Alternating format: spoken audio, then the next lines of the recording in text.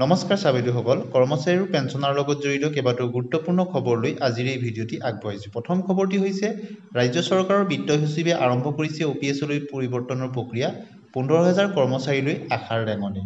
পুৰণি পেঞ্চন সম্পৰ্কত এক বিশেষ খবৰ।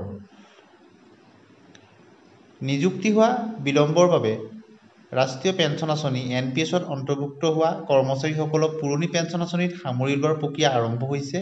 যোৱা 11 জানুৱাৰীত মুখ্যমন্ত্ৰীৰ সৈতে সদৌ অসম কৰ্মচাৰী পৰিষদৰ আলোচনাত এই বিষয়ত সিদ্ধান্ত লোৱা হৈছিল যদিও সেয়া বাস্তৱত ৰূপায়িত হ'বনে নহয় তাক লৈ সন্দেহৰ সৃষ্টি হৈছিল।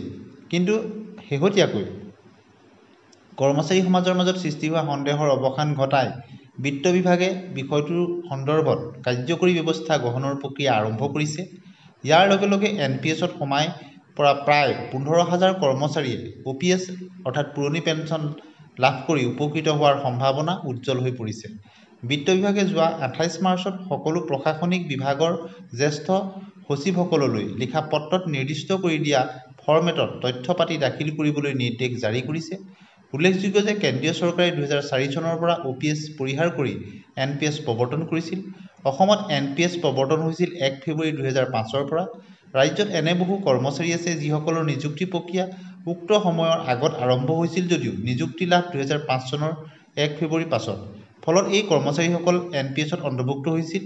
এনে কৰ্মচাৰীৰ সঠিক সংখ্যা কিমান হ'ব সেই কথা ঠাৱৰ হোৱা নাই।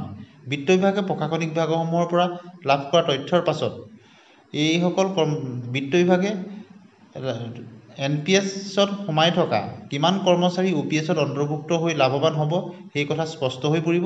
কিন্তু এটা সূত্ৰৰ পৰা জানিব পৰা মতে ৰাজ্যৰ প্ৰায় 15,000 কৰ্মচাৰী বিত্ত বিভাগে আৰম্ভ কৰা প্ৰক্ৰিয়াৰ অন্তত লাভান্বিত হ'ব।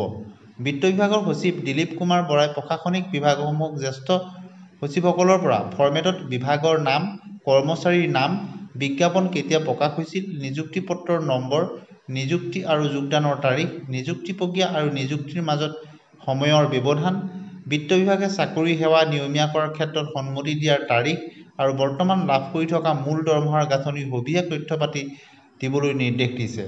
কৰ্মচাৰী পৰিষদে মুখ্যমন্ত্ৰীৰ লগত কৰা আলোচনাৰ সিদ্ধান্তৰ পাছত বিত্ত বিভাগে প্ৰক্ৰিয়া আৰম্ভ কৰাৰ পাছত সন্তুষ্টি প্ৰকাশ কৰি সদৌ অসম কৰ্মচাৰী পৰিষদে পৰিষদৰ সভাপতি দীপেন শৰ্মা আৰু প্ৰধান সম্পাদক পংকজ বৰ্মনে ৰাজ্য চৰকাৰে গ্ৰহণ কৰা পদক্ষেপক আদৰণি জনাইছে। এতিয়া আহিছোঁ দ্বিতীয়টি খবৰলৈ।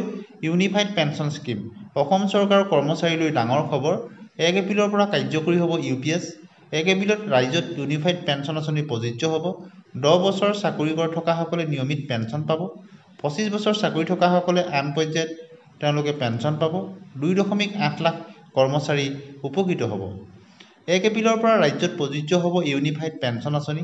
কেন্দ্ৰীয় চৰকাৰৰ নিৰ্দেশৰ ভিত্তিতে কাৰ্যকৰী হ'ব এই ব্যৱস্থা। ইয়াৰ জৰিয়তে 2টা পৰ্যায়ত পেঞ্চন লাভ কৰিব কৰ্মচাৰীসকলে। গতিকে কেন্দ্ৰীয় চৰকাৰে যিহেতু 1 এপ্ৰিলৰ পৰা ইউনিফাইড পেঞ্চন আঁচনি অৰ্থাৎ UPS প্ৰৱৰ্তন কৰিব, ইয়াৰ ফলত 10 বছৰ থকাসকলে এক নিয়মিত পেঞ্চন লাভ কৰিব। 25 বছৰ বা তাতকৈ অধিক চাকৰি থকাসকলে অৱসৰ সময়ত তেওঁলোকে বেছিকৈ 50% পেঞ্চন হিচাপে তেওঁলোকে লাভ কৰিব। ইয়াৰোপৰি ফেমিলি পেঞ্চনৰ ভৱিষ্যতলৈ লাভ কৰিব। উল্লেখযোগ্য যে 1 এপ্ৰিলৰ পৰা কেন্দ্ৰীয় চৰকাৰৰ কৰ্মচাৰীৰ বাবে ইউনিফাইড পেঞ্চন আঁচনি বা UPS আৰম্ভ হ'ব। গতিকে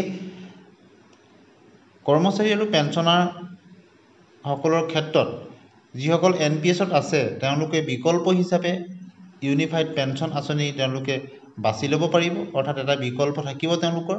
ইয়াৰ উদ্দেশ্য হৈছে কৰ্মচাৰীসকলক নিৰ্দিষ্ট পে'মেণ্ট আৰু কিছুমান অৱসৰ সুবিধা প্ৰদান কৰা। বিত্ত মন্ত্ৰালয়ে 25 জানুৱাৰীত এক অধিসূচনা জাৰি কৰি এই কথা ঘোষণা কৰিছিল আৰু এতিয়া 1 এপ্ৰিলৰ পৰা এই ঘোষণা কাৰ্যকৰী হ'ব। গতিকে কৰ্মচাৰীসকলৰ ক্ষেত্ৰত NPS কৰ্মচাৰীসকলৰ ক্ষেত্ৰত UPS এক বিকল্প হিচাপে থাকিব, তেওঁলোকে বাছি ল'ব পাৰিব। অধিসূচনা অনুসৰি যেতিয়া কোনো কৰ্মচাৰীয়ে চাকৰিকাল সম্পূৰ্ণ কৰাৰ পিছত অৱসৰ লয় বা 25 বছৰ চাকৰি কৰাৰ পিছত স্বেচ্ছামূলক অৱসৰ গ্ৰহণ কৰে তেতিয়া তেওঁলোকে এই আঁচনিৰ সুবিধা লাভ কৰিব পাৰিব।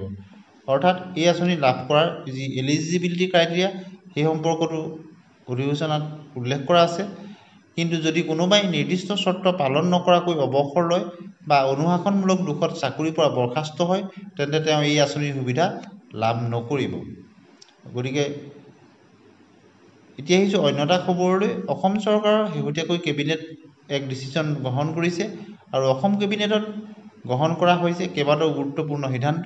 তাৰ মাজতে বেতনভোগী কৰ্মচাৰীৰ বাবে এক ডাঙৰ সিদ্ধান্ত গ্ৰহণ কৰিছে অসম কেবিনেটে, যাৰ দ্বাৰা লাখ লাখ কৰ্মচাৰী ইয়াৰ পৰা উপকৃত হ'ব অনাগত দিনত।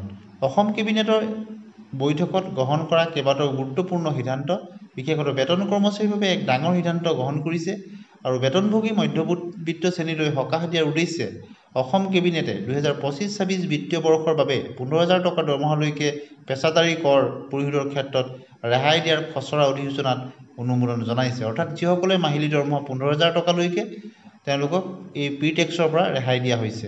এই অধিসূচনা অনুসৰি বেতনভোগী কৰ্মচাৰীয়ে লাভ কৰা 15,000 টকা পৰ্যন্ত দৰমহাৰ বাবে এটকাও পেছাদাৰী কৰ অৰ্থাৎ প্ৰি টেক্স দিব নালাগে।